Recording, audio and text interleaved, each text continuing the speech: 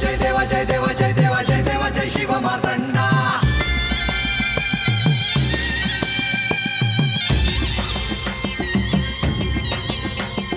जय देवा जय देवा जय देवा जय देवा जय देवा जय शिव मार्तंडा. हरिवर्धना मल्हारी तुझी प्रचंडा. अगडदुम नगारा सोन्याची जेजुरी देव गेले जेजुरा निळा घोडा. अगडदुम नगारा सोन्याची जेजुरी देव गेले जेजुरा निळा घोडा. पाव में तोडा कमरी कर पटा मिहिर मस्तकी तुरा. खोबऱ्याचा कुटका भंडाऱ्याचा भडका बोल अहंकारा सदानंदाचा येळको. सदानंदाचा येळको. जय देवा जय देवा जय देवा जय देवा जय देवा जय शिव मार्तंडा. जय देवा जय देवा जय देवा जय देवा जय देवा जय शिव मार्तंडा. हरिवर्धना मल्हारी तुझी प्रचंडा. जय देवा जय देवा जय देवा जय देवा जय देवा जय शिव मार्तंडा. हरिवर्धना मल्हारी तुझी प्रचंडा.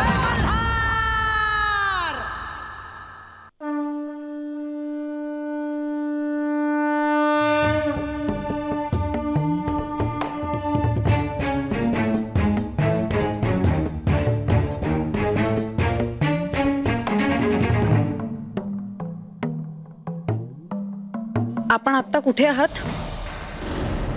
अंतर्महालात. आपण कुठे बसला आहात? इथेच नेहमीच्या आसनावर. आपल्या मुखातून असत्य कसं येऊ शकतं? आपण खोटं कसं बोलू शकता? वस्तुस्थिती ही आहे की मी अंतर्महालात आसनावर बसलो आहे. पण आपण मला झोपाळ्यावर बसलेले दिसत आहात आणि हा झोपाळा पाना फुलांनी सजवलेला आहे. कसला उत्सव आहे का? आणि हा झोपाळा मी आधी कधी पाहिला नाही. पहिली गोष्ट, तुला जे हे दृश्य दिसते आहे तो एका पूजा विधीचा परिणाम आहे. यात कुठल्याही पूजा विधीचा काय संबंध?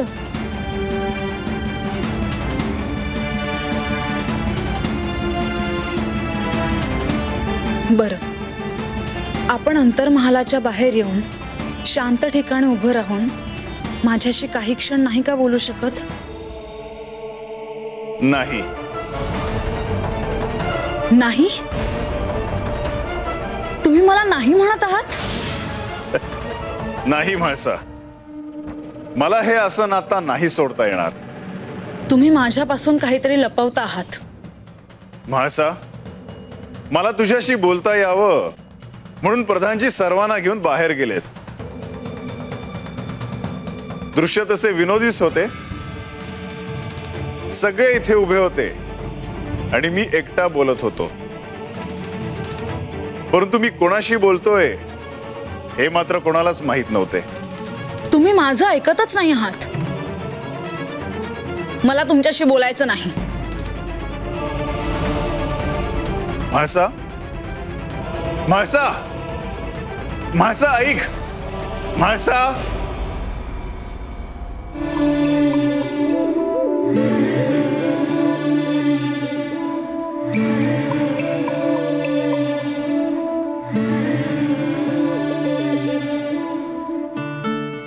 आपल्यावर प्रेम करणाऱ्या भक्तांची इच्छा पूर्ण करताना मला आनंद होतो आणि भक्ताच्या चेहऱ्यावर इच्छा पूर्ण झाल्यानंतरचा भाव पाहताना मला अतिशय आवडतो.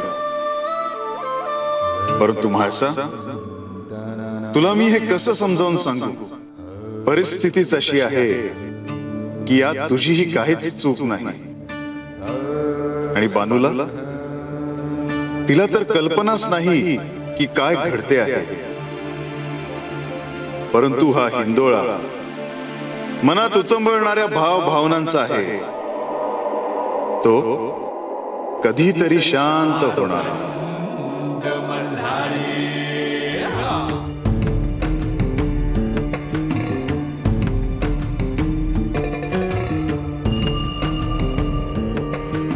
हे काय? आपण एकटेच आलात? खंडेराय नाही दिसत आपल्या बरोबर? देवी, खंडेराय त्यांच्या अंतर्महालात आहेत. आत्ता ते या ठिकाणी नाही येऊ शकत. का? कारण खंडेराय एका द्विधा परिस्थितीत सापडले आहेत. एक गोष्ट खरी, भक्त सुद्धा देवाला बंधन घालू शकतो नाही. तुम्ही विषय नका बदलू हो. विवाहाच्या पूर्वतयारीचा मुहूर्त करायचा की नाही? देवी, हे कार्य नंतर पार पाडलं तर नाही का चालणार? हे कार्य नाहीच केलं तरी काय फरक पडणार आहे? आजचं उद्या, मग परवा, मग तेरवा. ते काही नाही, हा मुहूर्त करायलाच हवा. ते कार्य आपण करूच, केवळ आज नको असं मी म्हणत होतो. देवी, खंडेरायांच्या भक्तानं त्यांची प्रतिष्ठापना केली आहे. त्यामुळे आत्ता त्या ठिकाणाहून त्यांना हलता येणं अवघड आहे. अहो, पण आजचा मुहूर्त चांगला आहे. मी सगळी तयारी केली आहे इथे आणि कुठल्याही क्षणाला घटिका भरेल. तुम्ही त्यांना याची आठवण करून द्या की त्यांच्या आणि म्हाळसाच्या विवाह कार्याच्या पूर्वतयारीचा आता मुहूर्त आहे. म्हणजे येतील ते या ठिकाणी.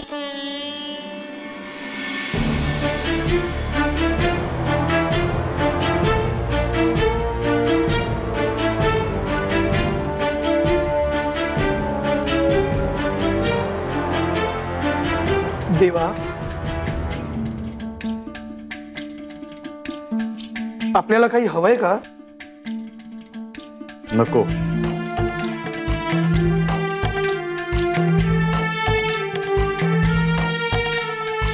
देवा, मी नारद मुनींना आदेश देतो आणि हे व्रत लगेच थांबवायला सांगतो. नाही, ते योग्य नाही.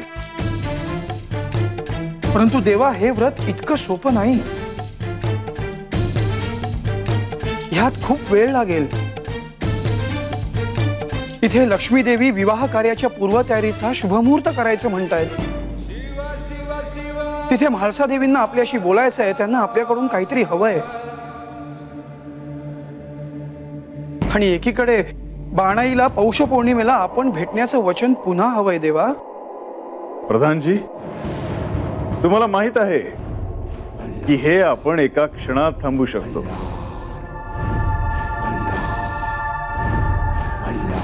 परंतु मनुष्य जन्माचे नियम पाळायला हवेत. तेव्हा व्यक्तिगत आयुष्यात ज्या घटना घडत आहेत त्या घडू द्या. सर्व काही व्यवस्थित होईल.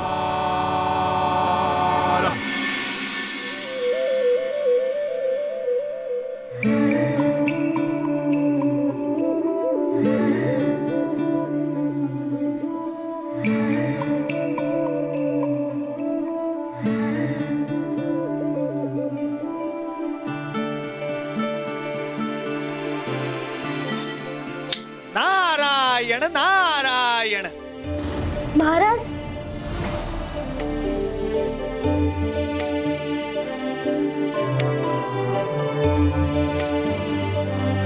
आहा, किती सुंदर दृश्य म्हणावे हे.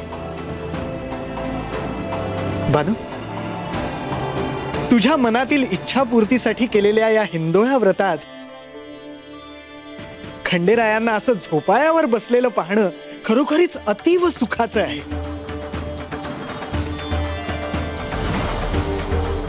नारायण नारायण. महाराज, न्याहे व्रत करती आहेत ह्यांना बी आवडलं असेल ना? हो बानू, मला खात्री आहे की खंडेरायांना हे तुझं हिंदोळा व्रत नक्की आवडलं असणार.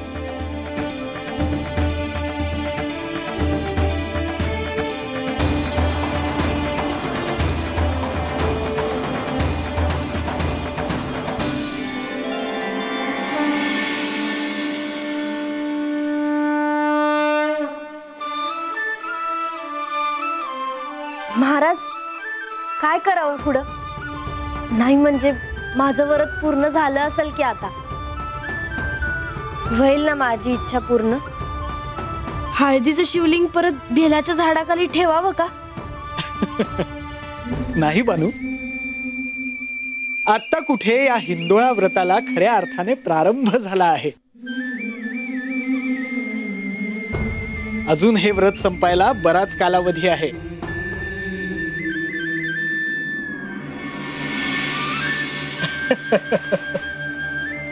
म्हणजे अजून बी हे व्रत पूर्ण नाही झालं वय महाराज? नारायण नारायण, अगं इतक्या सहजासहजी हे व्रत पूर्ण होणार नाही. इतकं साधं सुद्धा व्रत थोडीच आहे हे. पर मग आता काय करावं म्हणजे हे व्रत पूर्ण होईल? ऐक बा, मी सांगितलं त्याप्रमाणे तू हा हिंदोळा तयार केलास, तो सजवलास, त्यानंतर खंडेरायांची त्यात प्रतिष्ठापना केलीस, त्यांची मनोभावे पूजा केलीस, फुलं वाहिलीस, दिवा लावलास. आता भंडारा उधळ आणि प्रदक्षिणा घालून मनोभावे शिवशक्तीचं स्मरण कर. वय महाराज.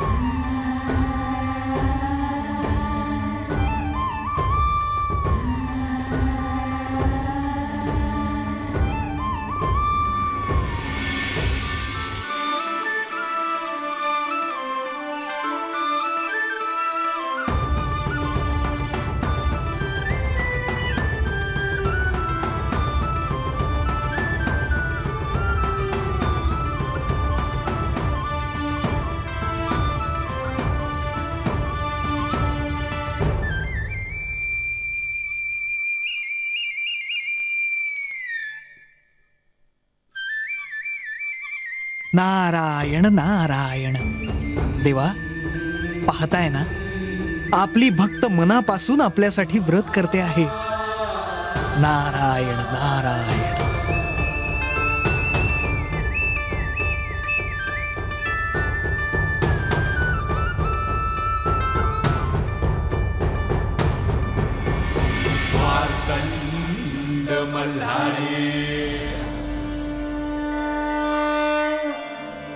म्हाळसा,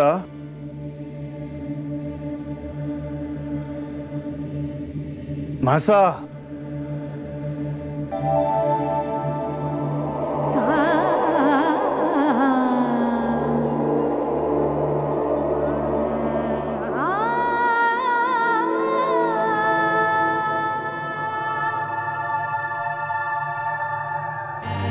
माझ्या प्रिय म्हाळसेच्या डोळ्यात पाणी. म्हाळसा, मी तुला दुखी कसा पाहू शकेन?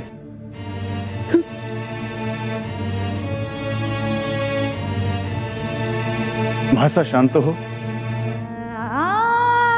म्हाळसा, म्हाळसा, डोळे पुस.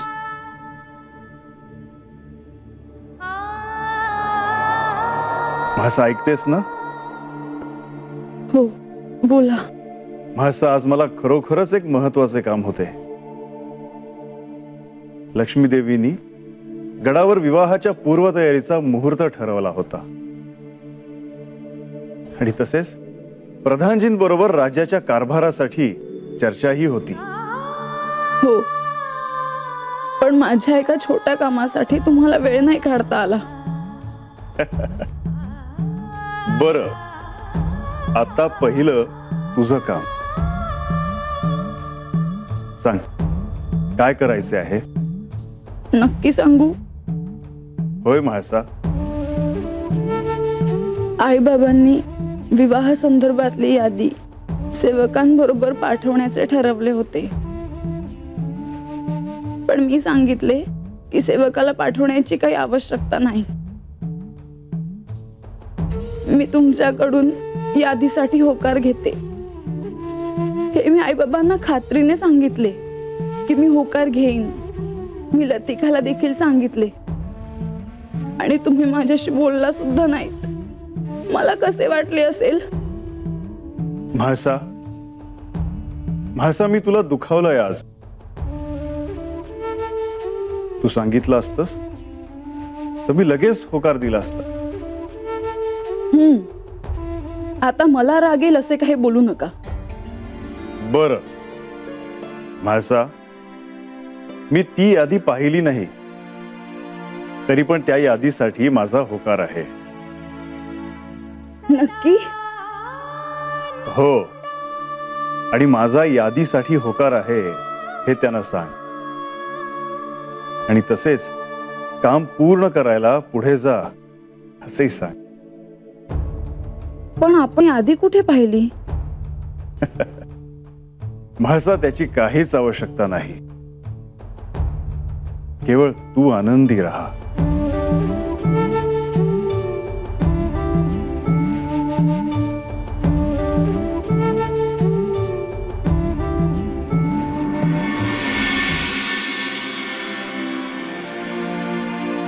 मायानंदा, विवाह संदर्भातल्या सर्व गोष्टींची यादी आता पूर्ण झालेली आहे. सगळ्या विधींसाठी लागणारे आहेर, भेटवस्तू यांची नोंद मी यात केलेली आहे. आपण एकदा जरा पाहून घ्या.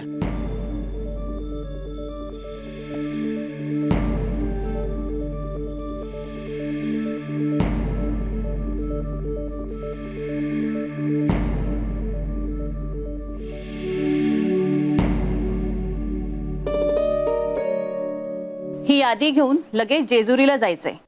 त्यांना सांगा की वधू पक्षाकडून विवाहाच्या संदर्भात लागणाऱ्या सर्व गोष्टींची नोंद यात केलेली आहे. या सर्व गोष्टींसाठी होकार हवा आहे आणि अजून काही हवं असल्यास या यादी सोबत लगेच पाठवायला सांगा. हे बघ, त्याची काही आवश्यकता नाही. त्या संदर्भातले पत्र मी त्याच्या बरोबर दिले. तू फक्त ही यादी नेऊन खंडेरायांना दे.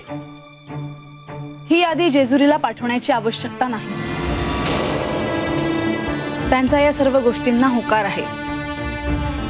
त्यांनी कोणत्याही गोष्टीची मागणी न ठेवता विवाहाची पूर्वतयारी पुढे नेण्यास सांगितली आहे. मायसा, आम्ही तुझं सगळं ऐकतो म्हणून तू काहीही बोलावं?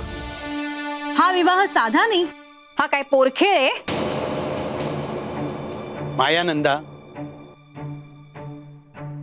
माळसा, तू म्हणतेस त्याप्रमाणेच होईल. मी नाही पाठवणारी यादी जेजुरीला. अहो पण माळसा, तू तुझी पूर्वतयारी सुरू ठेव. ये. अहो, आपल्या लक्षात यायला हवं होतं की माळसा ही सामान्य मुलगी नव्हे. या आधी मी आपणास सांगितलं होतं की तिच्याशी थोडं प्रेमाने वागा.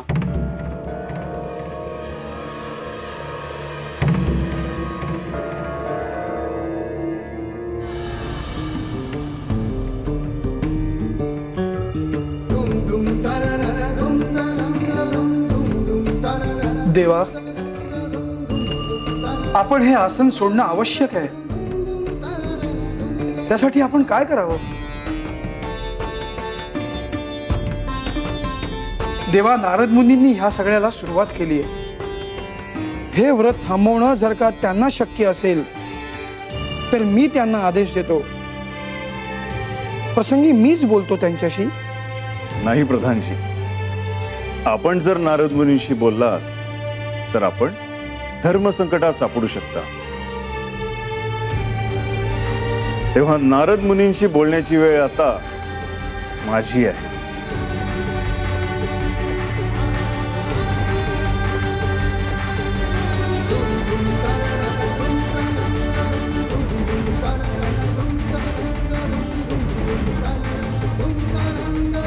नारद मुनी,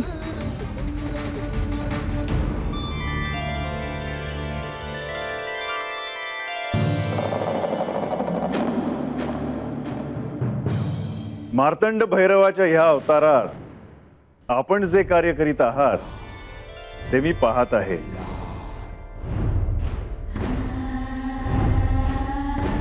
या क्षणी आपण बानूला जे हिंदोळा व्रत दिले आहे त्यामुळे मी प्रसन्न आहे.